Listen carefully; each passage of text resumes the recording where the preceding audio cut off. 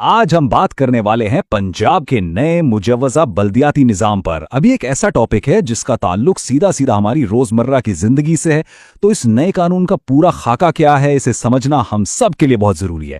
چلیں پھر شروع کرتے ہیں اور دیکھتے ہیں کہ اس میں کیا کچھ ہے۔ اچھا، اس کی گہرائی میں جانے سے پہلے ذرا ایک سوال پر سوچئے۔ محلے کی گلی، پارک، صفائی ستھرائی، ان سب کا ذمہ دار کون ہے؟ جی ہاں، یہ کام ہوتا ہے مقامی حکومت کے نظام کا۔ اور دیکھیں، بات بڑی سیدھی سی ہے، یہ سسٹم جتنا مضبوط ہوگا نا، ہماری زندگیاں اتنی ہی آسان اور بہتر ہوں گی۔ اور بس یہی وجہ ہے کہ یہ جو نیا بلدیاتی بل ہے، یہ اتنا اہم ہے۔ تو سوال یہ ہے کہ یہ نیا سسٹم آخر ہے کیا، اس کا ڈھانچہ کیسا ہے؟ دیکھیں، اس سے پہلے کہ ہم یہ جانیں کہ یہ ادارے کام کیا کریں گے، یہ سمجھنا ضروری ہے کہ یہ بنیں گے کیسے، ان کی شکل کیا ہوگی۔ تو اس پہلے حصے میں ہم اسی بنیادی ڈھانچے، اس کے بلو پرنٹ کو سمجھنے کی کوشش کریں گے۔ اچھا جی، تو سب سے پہلی بات، یہ جو بل ہے نا، یہ علاقوں کو آبادی کی بنیاد پر 3 حصوں میں بانٹتا ہے۔ سب سے اوپر ہے میونسپل کارپوریشنز، یہ وہ بڑے شہر ہیں جن کی آبادی 2 لاکھ سے زیادہ ہے، ٹھیک۔ اس کے بعد آتی ہیں میونسپل کمیٹیاں، یہ وہ شہری علاقے ہیں جہاں آبادی 25,000 سے 2 لاکھ کے بیچ میں ہے۔ اور آخر میں آتی ہے تحصیل کونسل، اس میں تحصیل کے سارے دیہی علاقے اور وہ چھوٹے شہری علاقے آ جاتے ہیں جو پہلی 2 کیٹیگریز میں نہیں آتے۔ تو اس طرح ہر علاقے کے حساب سے ایک الگ لیول کی گورنمنٹ بنائی گئی ہے۔ لیکن ان سب بڑی بڑی کونسلوں کے نیچے اس پورے سسٹم کی جو بنیاد ہے نا، اس کی جڑ، وہ ہے یونین کونسل۔ آپ اسے اس پورے ڈھانچے کا دل کہہ سکتے ہیں۔ یہ بالکل گراس روٹ لیول، یعنی زمینی سطح کا یونٹ ہے، اور یہی وہ جگہ ہے جہاں سے نمائندگی کا سارا کھیل شروع ہوتا ہے۔ اچھا، اب دیکھتے ہیں کہ ایک یونین کونسل بنتی کیسے ہے۔ یہ کافی دلچسپ ہے۔ اس میں ہوں گے 9 جنرل ممبرز جنہیں لوگ براہ راست ووٹ دے کر چنیں گے۔ پھر ان کے علاوہ 4 سیٹیں مخصوص ہیں، ایک خاتون کے لیے، ایک کسان یا مزدور کے لیے، ایک نوجوان کے لیے اور ایک غیر مسلم کے لیے۔ اس طرح ہر طبقے کی آواز شامل ہو جاتی ہے۔ جب یہ 13 لوگ پورے ہو جاتے ہیں تو پھر یہی لوگ آپس میں سے ایک چیئرپرسن اور ایک وائس چیئرپرسن چن لیتے ہیں۔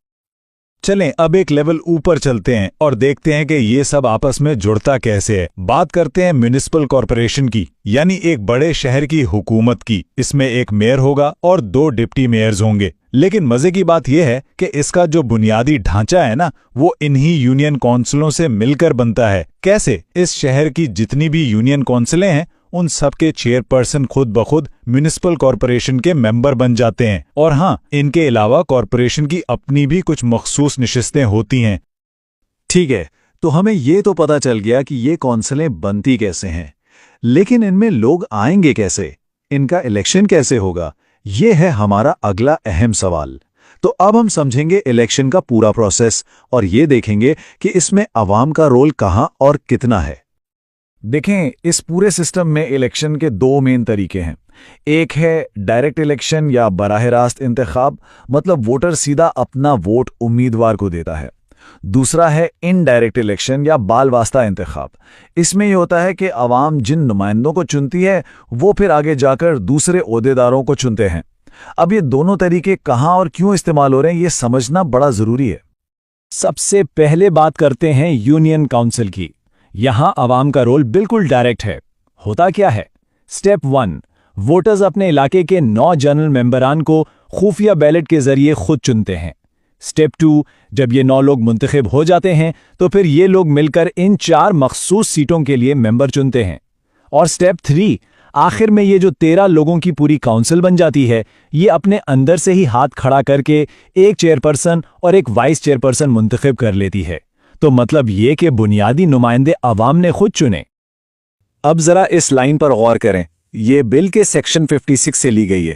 اس سے صاف پتہ چلتا ہے کہ یہ پورا سسٹم نیچے سے اوپر کی طرف کیسے بن رہا ہے۔